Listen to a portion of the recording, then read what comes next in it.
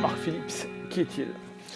Bon, Mark Phillips, voilà, pour resituer un peu dans le temps, c'est quelqu'un qui est né en 1947, qui est passé par une expérience un peu traumatique, au sens où il a vu sa mère accidentée et perdre une partie de ses capacités au niveau du cerveau.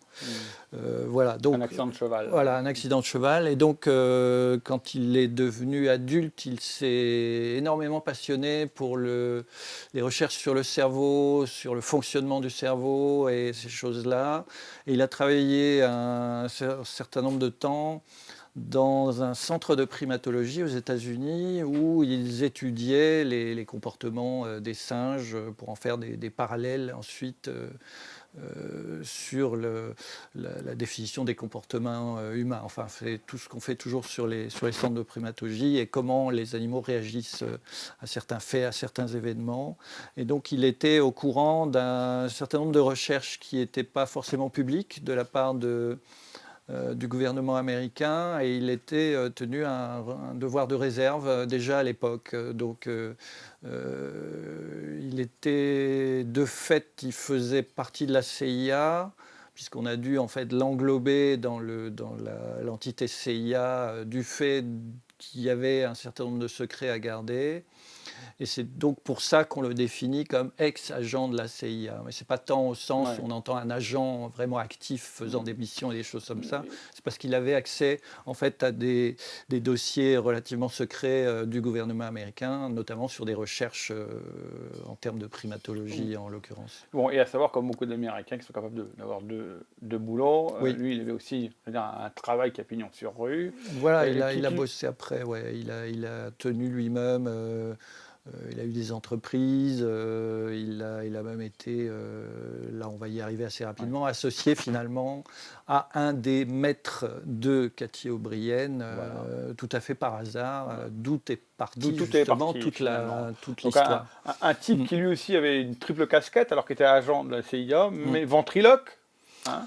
Alors là, on parle de Alex Houston, qui est donc un des premiers maîtres de l'esclave Cathy O'Brien, qui avait aussi, évidemment, comme tu viens de le dire, plusieurs casquettes. Donc, qui était ventriloque, c'est-à-dire qui se produisait dans le monde de la country music en faisant des spectacles de ventriloque, et aussi il hypnotisait les foules, comme on a connu ça en France à une certaine époque. Il y avait ces hypnotiseurs de scène qui endormaient une salle entière. Voilà, c'était un peu le boulot de Houston. Pour pouvoir expliquer que la sphère est assez complexe, parce qu'on rentre dans le monde, dans l'industrie aussi, là-dedans. On va rentrer dans le monde de la politique, dans le monde de la drogue, et dans le monde, malheureusement, de la pédophilie. Parce que lui, Mark Phillips, a rencontré donc dans son parcours Cathy O'Brien, qui est une victime, vraiment, à son corps défendant, des pires abominations qu'on puisse faire en matière de manipulation de l'esprit. Alors, il faut savoir qu'en préambule, finalement, on sait très bien que le projet Paperclip a permis aux Alliés de rapatrier les éminents savants physiciens, astrophysiciens allemands, nazis, oui. Pas que dans ce domaine-là, aussi dans le domaine de la suggestion. Oui, tout à fait. On est au courant généralement du côté technologie des fusées, avec Werner von Braun et un certain nombre d'autres scientifiques nazis qui travaillaient sur les armes secrètes allemandes. Mais il y avait aussi tout l'aspect des scientifiques, mais je ne sais pas si on peut encore leur donner ce qualificatif-là, qui travaillaient sur l'esprit humain et qui, eux, ne travaillaient malheureusement pas dans des centres de primatologie. Ils travaillaient sur un matériau, si je puis m'exprimer ainsi, directement humain. Hein, ils avaient pratiqué ces recherches dans les camps de concentration et autres. Et ils avaient donc fait pas mal de découvertes sur le fonctionnement du cerveau humain. Ouais. Et donc, les Américains ont importé Voilà. ce savoir chez eux et l'ont appliqué très rapidement dans leurs services secrets pour de multiples raisons. D'abord à titre expérimental et puis après à titre carrément fonctionnel. Oui, il y a cet aspect-là. Faut quand même savoir que les États-Unis se sont interrogés finalement avant les autres nations sur la façon de contrôler, le mot est peut-être un peu fort, mais en tout cas d'avoir une action sur les masses pour faire fonctionner ce qu'on appelle, mais qui à mon avis ne mérite pas vraiment ce mot-là, la démocratie ou la société dans son ensemble, sans qu'il y ait trop d'anicroches, de difficultés et de choses comme ça. Donc ça fait que dans les années 50, ils avaient donc déjà tous ces savants nazis qui étaient chez eux et ils ont décidé de faire des recherches beaucoup plus poussées sur le contrôle de l'esprit, voire le contrôle des masses. Et donc c'est à partir de là que sont nés les programmes MK Ultra, dont le projet Monarch, dont il est question dans le livre, fait partie, qui était une immense entreprise pour savoir comment contrôler parfaitement un ou des individus. Alors, bon, le décor est planté.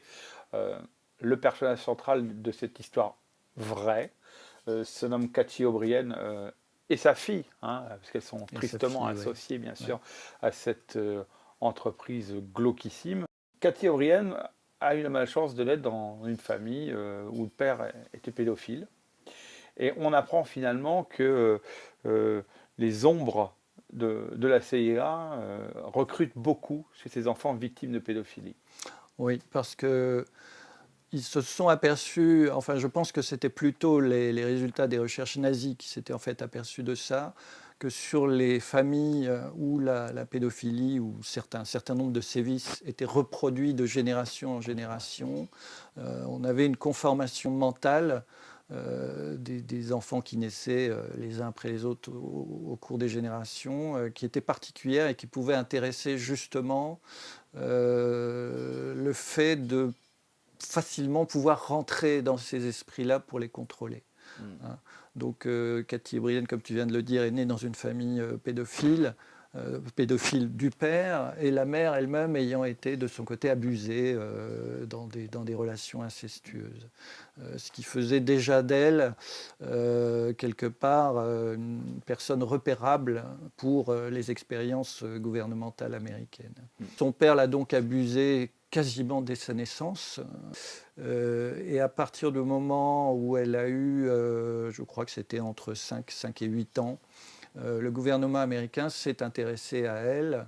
Et donc son père l'a littéralement, on va dire, vendu au gouvernement américain pour toutes ces expériences. Voilà. Donc c'est là qu'a commencé toute l'histoire. Voilà. Il faut savoir que le but du jeu, en fait, est de fractionner le cerveau en multiples cases, en multiples personnalités, pour faire d'abord de ces femmes des jouets sexuels, mais également des espèces de clés USB vivantes, finalement, dans lesquelles on peut stocker des données, qui vont être des messagers vraiment parfaits, puisque personne, même sous la torture, peut avoir accès à leurs données. Il suffit d'avoir la phrase magique, finalement, le code magique pour le déclencheur, pour qu'elle puisse livrer leurs informations. Alors, bon, sur le volet, d'abord, on va dire préparation, on est dans vraiment la torture. Voilà, donc le but, c'est que c'est d'impulser un trauma très violent sur la personne pour que le cerveau en arrive au point qu'il ne puisse plus gérer l'horreur de la situation. C'est-à-dire qu'à ce moment-là, il y a comme une coupure de courant et la conscience bascule dans une autre personnalité. C'est-à-dire que tout d'un coup, elle n'a plus conscience de ce qui se passe et elle se réfugie dans une autre personnalité. Donc là, à partir de ce moment-là, effectivement, on scissionne la personne, l'esprit de la personne en diverses personnalités. qui peuvent être aussi caractérisés pour divers types d'opérations. Hein. On parle de drogue, on parle de... Cathy O'Brien, elle a été aussi en quelque sorte messagère dans le cadre de relations diplomatiques. Ouais. Voilà, on peut lui faire des tas de choses. Donc ça, c'est le cas de Cathy O'Brien, mais il faut savoir que dans le domaine militaire, on peut aussi conditionner des soldats de la même façon. Il y a beaucoup de techniques comme ça. D'ailleurs, sa mort était programmée dans le cadre d'un snuff movie. Voilà. Elle en avait parfaitement conscience. On lui disait même, tiens, la semaine prochaine, tu vas mourir. Mais finalement... Enfin, elle en avait conscience, c'est pas le terme exact. C'est-à-dire qu'elle entendait effectivement ces paroles-là, mais elle n'était pas capable de se représenter ce que ça voulait dire. Ce qu'il faut bien savoir, ce qui est important de savoir, c'est que l'âge de 30 ans est important dans le développement humain, puisqu'il semblerait que ce soit l'âge auquel se produisent des tas de transformations au niveau chimique dans le cerveau, qui font que souvent s'opèrent des changements dans la vie des gens. Enfin, si on regarde en général autour de nous, la trentaine, autour de 30 ans, certains d'entre nous, voire beaucoup d'entre nous, ont vécu une transformation qui fait que leur vie est passée à autre chose. Et voilà. Mais ce qui donnait aussi les limites de contrôle technologique sur la personne, à partir du moment où le cerveau lui-même opérait de lui-même un changement qui faisait que tout était brouillé à partir de là. Et donc, je crois qu'il n'y avait plus moyen d'agir de façon, de contrôler le cerveau de la personne qui échappe à toute possibilité de contrôle. Ce qui fait que tous ces esclaves ou personnes sous contrôle, à partir de 30 ans, étaient soit tout simplement supprimés, soit recyclés dans d'autres domaines. Voilà. Bon, et il faut dire qu'à travers son aventure, sa vie à Cathy O'Brien, eh bien, on va croiser les plus grands noms de la politique, tout d'abord les présidents des États-Unis. Quasiment tous. Voilà, c'est ça qui est assez ahurissant, parce que finalement, on connaît tous un peu l'histoire des États-Unis. On a des souvenirs récents d'avoir vu les présidents des États-Unis à la télévision, des gens comme Clinton, des gens comme Bush père, des gens comme Ronald Reagan et autres. Gerald Ford, tout à fait. Et à travers le livre, on découvre des personnages qui n'ont absolument rien à voir avec l'image publique qu'ils ont, ce qui est, on peut dire, souvent le cas finalement pour les gens publics en général, sauf que là, l'image est vraiment totalement différente. C'est-à-dire qu'on passe de gens qui ont l'air en public relativement normaux, voire même plutôt bien dans leur rôle de président. Et donc on découvre que ce sont de l'autre côté des monstres. On a le cas de Bush père qui est un épouvantable pédophile, Clinton qui est un trafiquant de drogue et un assassin tous azimuts, puisqu'il n'hésite pas à avoir même des listes de gens à abattre, même à l'époque où il était gouverneur de l'Arkansas. On découvre Gerald Ford, qui était une espèce de roi du porno, un porn king, comme ils disent aux États-Unis, dire qu'il travaillait dans l'industrie de la pornographie et qu'il avait une place tout à fait prédominante dans ce milieu-là, ce qui est quand même ahurissant, en sachant que c'est quelqu'un qui, lui, n'a pas été élu puisqu'il a remplacé en fait Nixon à l'époque où celui-ci a dû démissionner. Après le Watergate. Voilà, après le Watergate. On est devant des gens sans scrupules, et même d'un Ronald Reagan qui finalement, pour un petit peu paraphraser ce que tu disais tout à l'heure par rapport à une démocratie qui doit fonctionner sans hommes, lui ça l'aurait bien arrangé finalement, cette espèce d'angélisme-là, où finalement il n'y a rien qui dépasse quoi, dans la société. Oui, même s'il n'est pas le seul dans ce cas-là, mais c'est quelqu'un qui est profondément convaincu finalement que ça ne peut fonctionner que comme ça. Et donc, c'est des gens parfaitement à l'aise dans ce fonctionnement, en sachant que tout ça va faire d'énormes dégâts au niveau de la société, au niveau des guerres, au niveau d'un tas de choses, d'événements qui se produisent dans les sociétés humaines. Mais ils ont décidé quelque part que c'était la seule façon que tout ne parte pas en révolte ou autre chose. Et on découvre finalement aussi, à travers sa vie, son témoignage, la manne de la CIA qui nous vient de la drogue. Alors ça, c'est aujourd'hui, c'est presque plus un scoop de le dire, hein, que la CIA organise une grande partie du trafic de drogue. C'est sorti aux États-Unis, ça, notamment avec un journaliste dont j'ai publié le bouquin aussi traduit, qui s'appelle Michael Ruppert, qui avait été un des premiers, après d'autres, hein, mais qui avait eu des tentatives plus timides. Mais lui, il avait vraiment ouvert sa gueule, comme on dit sur le sujet, en disant que c'était la CIA qui organisait le trafic de drogue, que la reconquête, entre guillemets, de l'Afghanistan n'avait été là que pour refaire fonctionner les champs de pavots et réapprovisionner les stocks de drogue. Alors, pour info, il est vrai que partout où les États-Unis sont intervenus, la production de drogue a été multipliée par 4. Absolument, tu es tout à fait bien renseigné. À chaque fois que les Américains sont intervenus à l'étranger, le marché de la drogue explose. Alors, on rappelle qu'il ne s'agit pas d'un roman. On rappelle qu'il s'agit d'une histoire vécue. Et le problème, bah, c'est que ces deux personnes ont été obligées de se cacher, de fuir. D'abord, comment est-ce que Mark Phillips a réussi à sortir Cathy O'Brien de son enfer? Alors c'est ce qu'on racontait tout à l'heure. Mark Phillips avait rencontré par hasard Alex Houston, qui était donc le maître de Cathy. Je dis le maître, hein, je voulais préciser juste une petite digression. Dans le texte anglais, le terme c'est handler.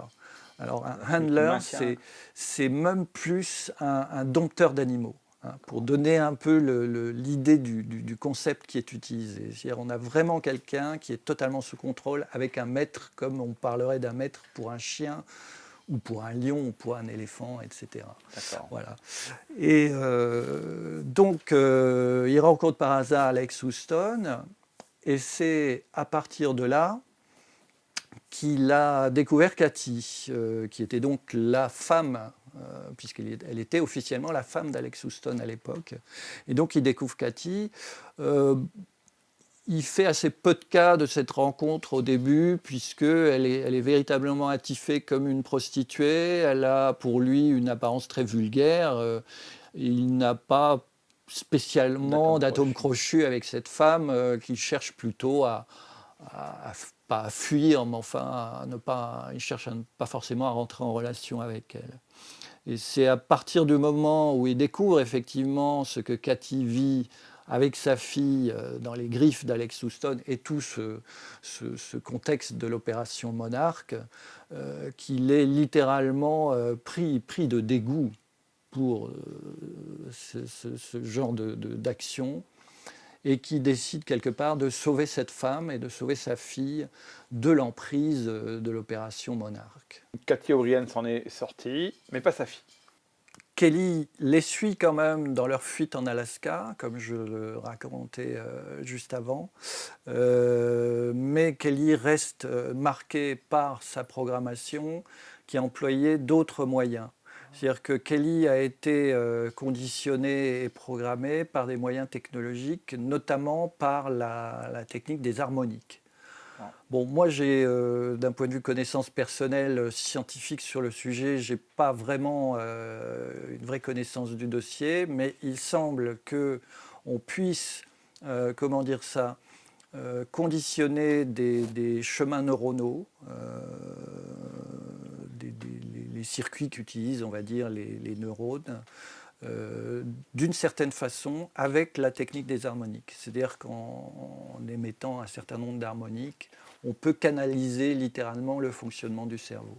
Donc Kelly ayant été programmée sur ce mode-là, alors entre autres choses, hein, j'imagine qu'il y a eu d'autres types de techniques, mais très technologiques quelque part. Alors que Cathy O'Brien elle-même, c'était plus, on avait des traumas physiques et physiologiques.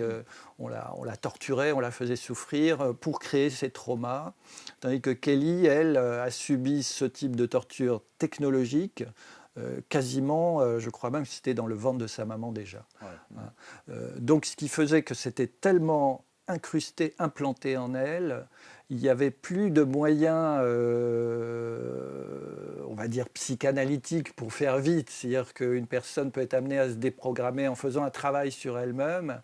Mais dans le cas de Kelly, c'est ce qu'ont tout le temps cherché à trouver Mark et Cathy par la suite. Il fallait des moyens technologiques pour la déprogrammer. C'est-à-dire, en fait, contrer ce qui avait été créé par la technologie dans le cas de Kelly.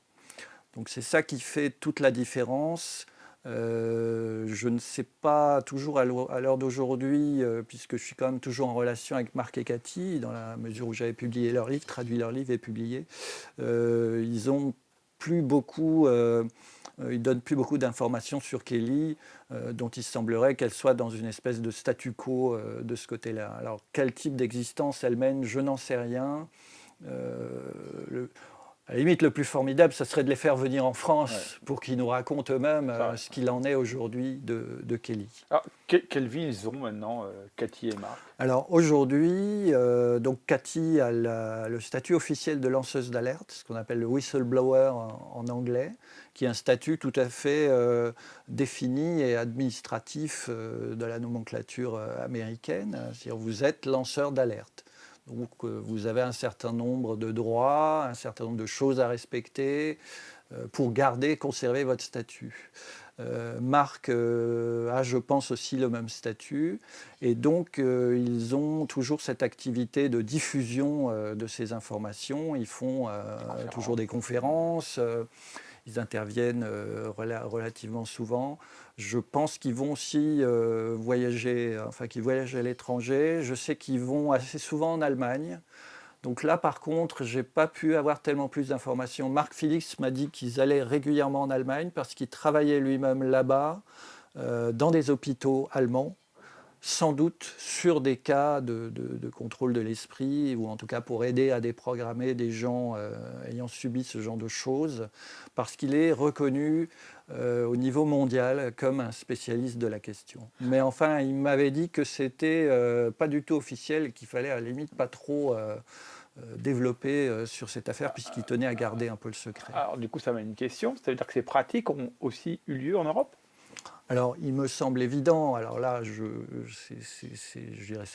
dirais pas que c'est pure hypothèse, parce qu'on a quand même des retours de témoignages, notamment en France, notamment à la suite de la publication du livre, de gens qui reconnaissaient quelque chose dans le phénomène. Donc on peut imaginer, enfin, ça me semble tellement évident que si on imagine que tous ces gouvernements fonctionnent sur une espèce de tronc commun, que chacun a évidemment une spécificité nationale, comme il existe des drapeaux pour chaque pays, mais qu'en gros, ce genre de connaissances, via les services secrets, peut se disséminer dans tous les pays du monde. Donc on peut très bien imaginer qu'il existe ça en Europe, qu'il existe ça en Russie, en Chine, etc., etc. Alors ça nous ramène finalement à l'affaire Karen Mulder en France, voilà. Avec l'agence Elite, voilà. qui regardait, d'ailleurs la vidéo est toujours visible sur Internet, avait justement été obligé de faire une espèce de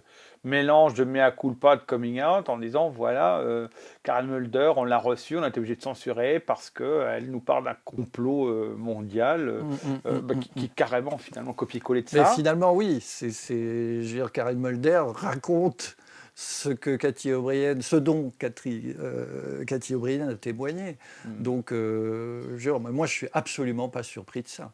Il faut savoir que ce livre a été édité dans sa version anglaise aux États-Unis à 15 reprises, hein. Il y a eu 15 rééditions. Il y a eu 15 rééditions depuis la première parution qui s'est faite dans les années 90, j'ai plus l'année exacte. Donc c'est un livre qui a eu beaucoup de succès. Il faut savoir qu'au début, quand ils ont donc imprimé le livre, qui était en soi dans la forme, un dossier qui était destiné à être distribué et qui a été distribué à tous les membres du Congrès américain.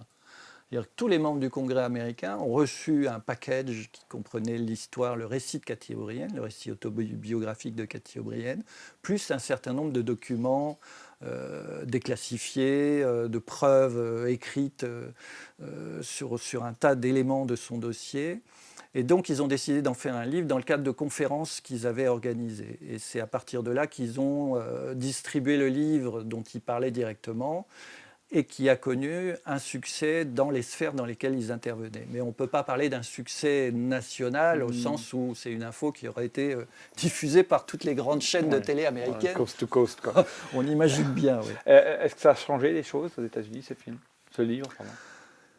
Je pense que ça a changé des choses, et ça c'est plus raconté dans le volet qui suit cet opus-là, au sens où il y avait déjà un énorme problème avec les abus sur les enfants. Donc le problème de la pédophilie. On trouvait des tas de parents qui étaient absolument désespérés et qui savaient plus à qui s'adresser, puisque toutes ces affaires étaient systématiquement étouffées. La justice bottait en touche, donc toutes les victimes se retrouvaient en général avec leur bourreau, et les parents qui assistaient impuissants à ça étaient à la limite obligés d'intégrer des espèces de réseaux underground pour essayer de s'en tirer plus ou moins. Mais ça restait quand même très timide. Et quand Cathy O'Brien est venue témoigner sur son histoire, et évidemment, puisqu'Alex Houston était lui-même mouillé dans des tas d'histoires d'affaires de pédophilie, dans des orphelinats et des choses comme ça, et ça a permis à tous ces gens-là de trouver enfin une espèce de tête d'affiche qui allait pouvoir un peu parler en leur nom. Ça nous fait penser un petit peu à ce qui se passe en Angleterre, hein, avec cet animateur. On a l'impression que ça peut être les mêmes réseaux finalement. Hein. Mais c'est pas des réseaux fondamentalement différents. Enfin bon, la pratique est hélas exactement la même. Mais ce qui est aussi très semblable, c'est que ça touche beaucoup d'élites. Hein. On n'est pas dans un cadre populaire, pauvre, où les gens sont dans une proximité telle que finalement ils en arrivent à abuser leurs propres enfants. On est très très très éloigné de ça. Ce que voudrait nous faire croire finalement une certaine version officielle, on est dans des élites qui sont, à mon avis, sur un schéma d'abus d'enfants sur plusieurs générations. Si on prend les grandes familles royales, des grandes familles de la très grande bourgeoisie ou de l'industrie, on a là certainement des pratiques en termes de relations familiales qui se reproduisent depuis très longtemps et qui font que ces gens-là ne connaissent rien d'autre. Donc finalement, ils sont aussi amenés à chercher des victimes ailleurs, d'où l'histoire du fameux Savile en Grande-Bretagne, cette espèce de star de la TV qui avait les clés de je ne sais plus combien d'établissements psychiatriques où il venait lui-même abuser les enfants. Enfin, il y a des tas de gens ont développé les recherches là-dessus. Mais en tout cas, oui, c'est un phénomène absolument international. On a juste là qu'un exemple concret, mais on peut trouver dans tous les pays du monde des choses d'un degré aussi abominable. Chapitre 19, on parle entre autres du fameux Bohemian Grove. Il faut savoir, c'est une espèce de partie de campagne à laquelle se livrent chaque année les grands. Alors on trouve des gens du Skull and Bones, on retrouve des présidents des États-Unis, on retrouve des présidents français aussi, des gens de l'industrie, enfin tout le gratin. Tout le gratin, oui. Donc ils ont une espèce de messe noire. Notamment des rituels aussi. Ça a été déjà relevé ça a été pour filmé ceux aussi, qui ont filmé notamment. Et bon, elle en parle, on y croit d'un certain Bill Bennett, hein, et elle dit « Bennett avait également manipulé mon esprit conformément aux ordres du Vatican via le centre de programmation de la faculté jésuite de Byrd, en Virginie occidentale. » Alors c'est là qu'interviennent ce qu'on ne soupçonne pas souvent, et ça va sûrement faire grincer énormément de dents, c'est le rôle des jésuites dans cette affaire de contrôle mental et d'opération gouvernementale, en tout cas de recherche sur le sujet. Il semblerait que les jésuites, bien avant que les Américains se soient intéressés au sujet, les jésuites avaient déjà toute une nomenclature de techniques de contrôle de l'esprit. Cathy O'Brien évoque ça de temps en temps, alors notamment dans le deuxième opus qui suit celui-là, où elle raconte très bien comment, à partir du moment où elle-même s'était libérée, se trouvait donc en cavale quelque part avec Mark Phillips, et croisait quelquefois des agents du FBI qui essayaient de remettre le grappin, si je puis me permettre, sur Cathy O'Brien, et qui, face à elle, faisait des tas de gestes, et elle décrivait très très précisément, elle disait que c'était une gestuelle jésuite. C'est-à-dire que c'est les jésuites qui possédaient ce genre de technique et qui le transmettaient de génération de jésuites en génération de jésuites. Mais il semblerait que ce soit déjà assez ancien. D'accord. Donc quand on parle de contrôle de l'esprit, il serait sûrement très très intéressant de faire des recherches sur le sujet dans la sphère jésuite. Donc ça, c'est un sujet que je propose à de futurs investigateurs. Les Mormons aussi sont... Alors, il y a aussi chez les Mormons, alors là, c'est plus des pratiques familiales. Je me souviens d'avoir vu récemment une interview de Cathy Emard qui date de 2014, où ils étaient en compagnie d'une jeune fille qui, elle, avait été arrachée à son milieu mormon. Et elle racontait aussi très bien que apparemment l'abus des enfants, notamment dans les relations incestueuses, était une pratique tout à fait courante. Donc on imagine bien que du coup les enfants des Mormons constituent aussi une espèce de vivier pour ce genre d'expérience. Dans ses pérégrinations à travers les États-Unis, elle a voyagé dans toutes les sphères finalement du pouvoir, les sphères secrètes aussi, des bases militaires, des bases de campement. Et voici ce qui est dit. Shasta, donc c'est un camp secret américain. Shasta est le plus grand camp secret d'esclaves pour ce qui était du contrôle de l'esprit. Dissimulé dans les collines boisées, une clôture militaire enserrait plus de militaires robotisés à l'esprit sous contrôle que je n'en ai vu dans tout Haïti, ainsi qu'une immense flotte d'hélicoptères noirs dépourvus d'immatriculation. Cette activité militaire secrète suivait son propre agenda, pas celui de l'Amérique. On m'a dit, information que j'ai également entendue malgré moi, que c'était l'une des bases des futures forces de police multijuridictionnelles destinées à faire respecter la loi et l'ordre au sein du nouvel ordre mondial. Là, le mot est lâché.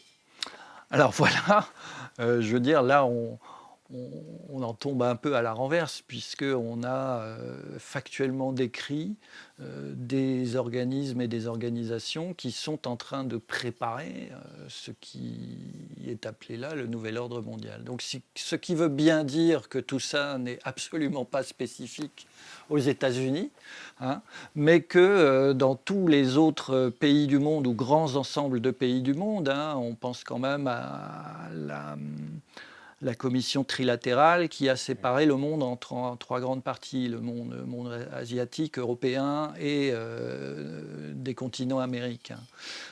Donc voilà.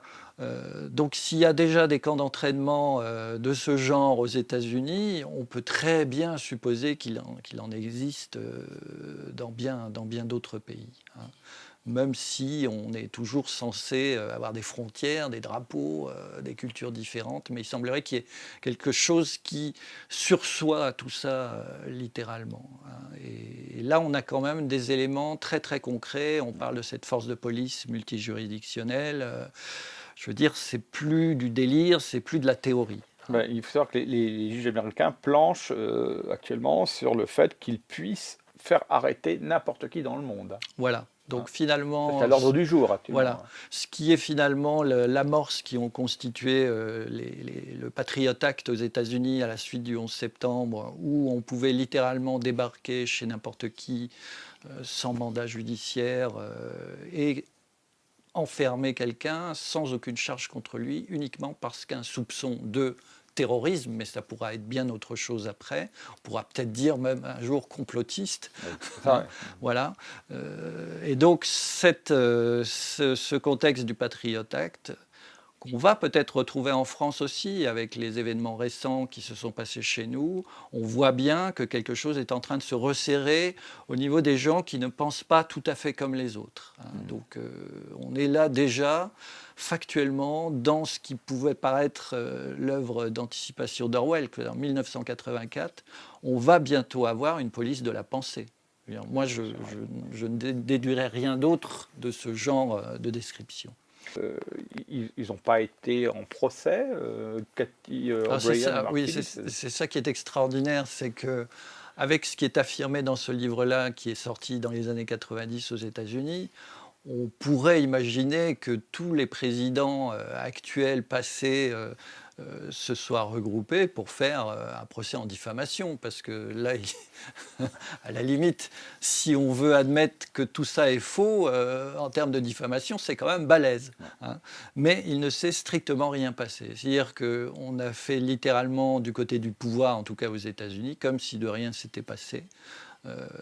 Sauf que quand même en justice, il était impossible de pouvoir obtenir gain de cause, ou en tout cas de faire établir ces faits-là, puisque tout de suite, le prétexte de la sécurité nationale coupait court à toute continuation du processus judiciaire.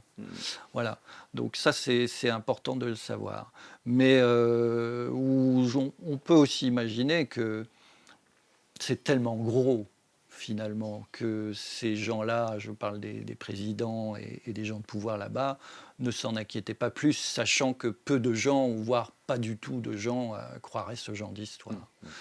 Malheureusement pour eux, ça a quand même créé une espèce de prise de conscience aux États-Unis qui est restée relativement timide. On ne parle pas de choses générales au niveau de tout le pays, mais dans tous les gens qui avaient été impactés déjà par des affaires de pédophilie, il y a eu cette prise de conscience qui s'est faite sur ces affirmations-là.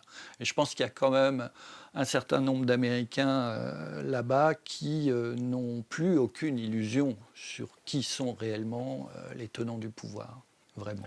On rappelle le titre du livre, L'Amérique en pleine transformation, écrit par Cathy O'Brien et Mark Phillips, et une suite à venir. Alors la suite à venir qui est apparemment très attendue, puisque les gens qui ont lu ce livre-là, sachant qu'il y a une suite, veulent connaître la suite. Et donc la suite, autant ici on a le témoignage autobiographique de Cathy O'Brien qui raconte son enfer, et dans le deuxième opus, on va avoir la suite de cette affaire, c'est-à-dire la fuite, entre guillemets, de Cathy et Mark à travers tous les États-Unis pour échapper aux anciens bourreaux de Cathy, tout en essayant de diffuser le plus possible les informations qu'elle détient. Donc ils sont amenés finalement à intervenir dans pas mal de séminaires, de conférences, c'est-à-dire qu'ils rencontrent autant des professionnels de la psychiatrie par exemple, ils rencontrent des professionnels de la justice et tout un tas d'autres gens de cet acabit.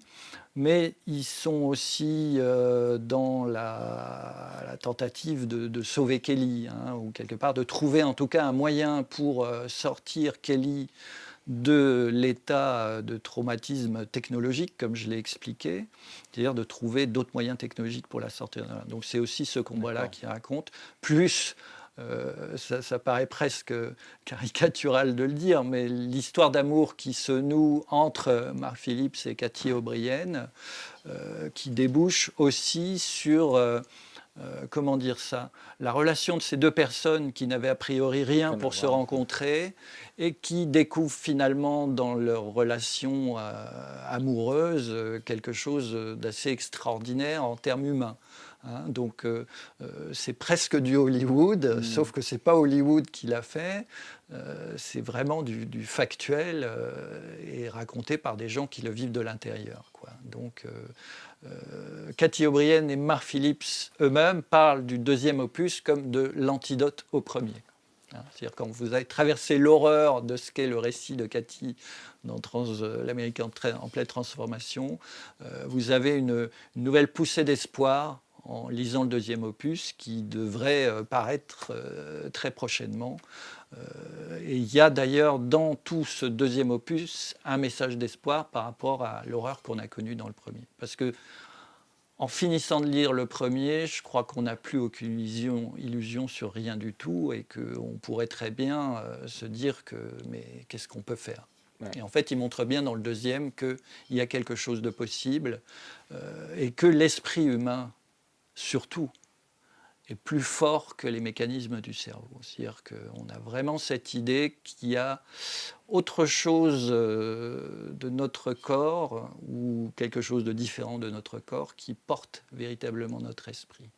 Et là, ça ouvre quand même sur des tas de choses très intéressantes qui pourraient déjà préfigurer, alors je vais dire de grands mots, mais l'arrivée d'une nouvelle façon de vivre sur cette planète. Bon, c'est moi qui le dis.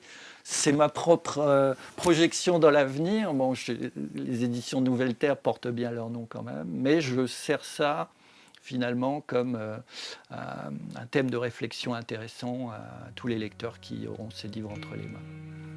Merci Pierre. Merci à toi Olivier.